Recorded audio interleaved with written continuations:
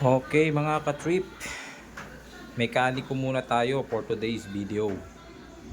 Alright. So, ang ating gagawin papalitan muna natin tong shock ng ating PCX na si Thunder. So, ito nga pala ang aking biniling shock.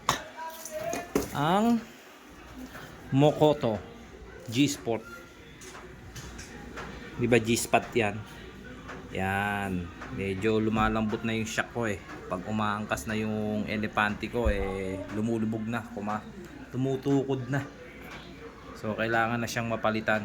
Stock nga pala yan. So papalitan natin ng bago. Yan, alright. Let's see, no? Madali lang daw palitan to, so I will try. Napalitan ko mag-isa.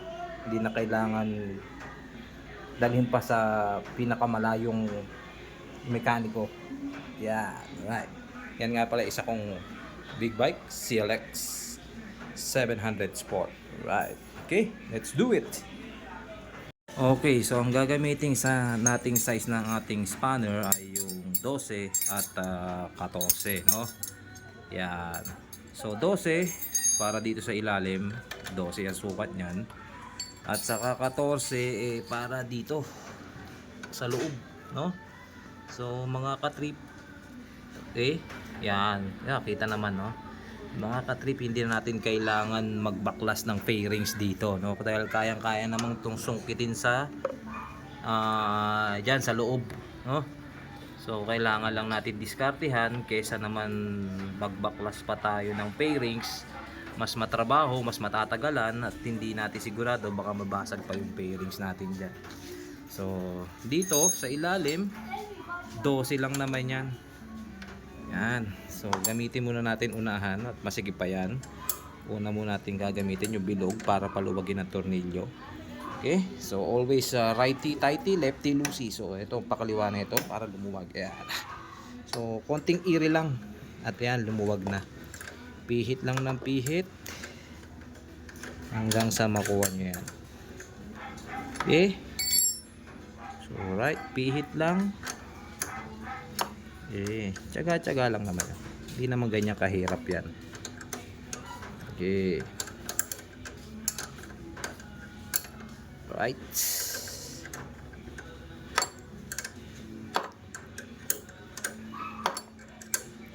Meron akong wrench. Kaya lang, problem is makapal. So, tumatama siya. Hindi siya may magamit dito. Tinatamaan. Kaya dyan lang naman yan. Once na maluwag na yan, pwede nang gamitan ng daliri yan. Hindi pa. Kulang pa. Right. Okay. Kunting pihit lang. Tsaga-tsaga lang naman yan. Pag may tsaga, may binignit. Okay. Kaya dinakdakan. Okay. Okay. So maluwag na. Yan. Kaya ng daliriin yan. Fingerin muna. Yan, mas gusto niyan pinipinger, mas nasasarapan niyan kaysa ginagamitan ng tools. Okay. See? Pipihit lang ng pihit nasa makuha natin. Alright. Yan na. Pihit na. Okay. Kuha na yan. One down. Okay. Okay. Medyo tiyagaan lang to mga ka-trip dahil wala tayong kasyang wrench dito dahil nga yun nga masikip, pinipihit-pihit. Medyo talagang kailangan tiyagaan tayo sa pagpihit dito. Saka medyo mahirap tukwangin. Kaya naman ang kapaan. Dito magagamit yung skills nyo sa pagpapa. Pagalingan na lang pumapagod para makuha natin yung tornilyo. Madali lang yung kapalit. Gamitin nyo lang natin yung daliri nyo. Kasi para mas madali pumasok, labayan nyo muna. Medyo matigas.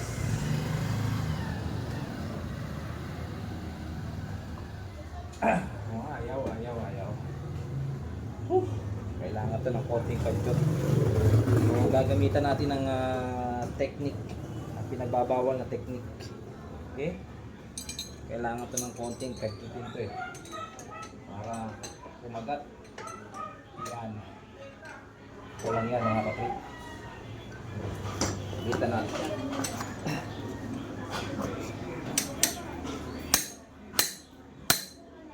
Oh, ha? Lusog siya. Gumalaw. Hindi gumalaw siya. Ayaw mapihit. Ayaw. Hindi nakuha sa santong dasalan. Uli natin sa santong pukpukan. Ayan, hindi napihit siya. Lumuwag. So ngayon, tsaga-tsaga na lang sa pag-pihit mga kapit. So ngayon, pagka napihit na, ayan, at nagagalaw na ng mga daliri, daliriin na lang ulit. Dahil ayun nga, lagi, no? The best pag dinadaliri. So, ayan. So, nut din naman to. Okay. Oh, baklas na. Isa. Kita nyo, kapit, no? Nabaklas natin yung shock na hindi natin binabaklas yung pairings. Diba? Mas madali, mas ma-easing proseso. Wala pang danger na babasag yung pairings nyo. So, takdal na. So, kabila naman. Saan pa? Okay, so nabaklas na natin yung dalawa nating shock. Mga katrip, no? Kita nyo naman, malinis na. Pag pina-convert kayang mono shock tong si PCX. Diba? Mukhang maganda rin tignan eh, no? Ayan, no? So, lalagyan lang ng modification sa swing arm to para gawing mono shock. Kagaya ng ginawa dati sa Super 8 ko. Ginawa siyang mono shock tapos in-extend ng 8-inch. Pero modification ang kailangan gawin, no? So, anyhow, ready na, no? So, ito na yung ating bagong shock, Mokoto, no? So, medyo makati to kasi Mokoto eh. Joke. So, kung mapapansin nyo mga katrip, yung butas na itong stock na shock eh medyo maliit, no? So, kapag ka nilagay mo, kasi saktuhan siya dito dun sa pinaka bolt, no? Wala siyang play, masikip siya. Pero pag nilagay mo siya dito sa Mokoto, maluwag, no? Pero wag kayong mag-alala mga katrip, kasi itong Mokoto, pag bumili kayo nito, meron siyang kasamang ganito. Okay? So nilalagay siya diyan. Ayan. Okay, para sumakto siya dun sa ating bolt, no? Bali magiging gantong sukat niya, no? So wala na siyang play ngayon. So sakto na. Sakto na siya. Okay, ilalagay siya diyan. Okay. Ito 'yan. So kasama siya, pag binili mo yung shock, kasama yan dyan sa Mokoto. Okay, isang set yan. So kabilaan, 2 piraso yan. So pag nilagay mo yan dyan, sakto nga na ngayon yung bolt. Wala na ngayon siyang play. So magiging gantong kasikip na siya. Okay, so maglalagay na. Ilagay na natin. Unang shock. Ito pala mga katrip, no? Pag binili nyo itong Mokoto na to, sa isang set nyan, merong kasamang allen at saka itong tube na to, no? Or something like stud, no? So ang purpose nito mga katrip is para adjustin tong spring ng ating shock, no? Para for your preference kung ganong katigas ang magiging shock nyo, no? So madali lang naman to i-adjust. So unang-una kailangan is ito, allen, no? So, meron yan slot dito for the allen. Yan. Luluwagan nyo lang to. So, pag to niluwagan nyo yung allen na yan, yung allen screw na yan, so, kailangan luwagan nyo lang siya. Yan na. Okay. So, pag maluwag na siya, eto, ang purpose na itong stud na to is para iikot tong ring na to, no? So, yan. Makikita nyo. So, kayang-kaya siyang maiikot either clockwise or anti-clockwise, no? So, iikot nyo na lang siya on your preference, no? Kung paano nyo i-adjust yung inyong shock. So, kung malalaro nyo yan dyan, malalaman nyo kung matetesting nyo kung matigas ba or malambot ang shock nyo. So, ayun lang naman. Pinakita ko lang. So, pagkatapos nyo siyang i-adjust, sikipan nyo lang uli yung allen nyan. Allen na nut nyan. Okay. So, balik na natin siya sa dati. Okay. So, in-adjust ko na siya. So, later on, pag nakabit ko, ite-testing ko na kung ayos ba yung kanyang tigas. Okay. So, adjust na natin.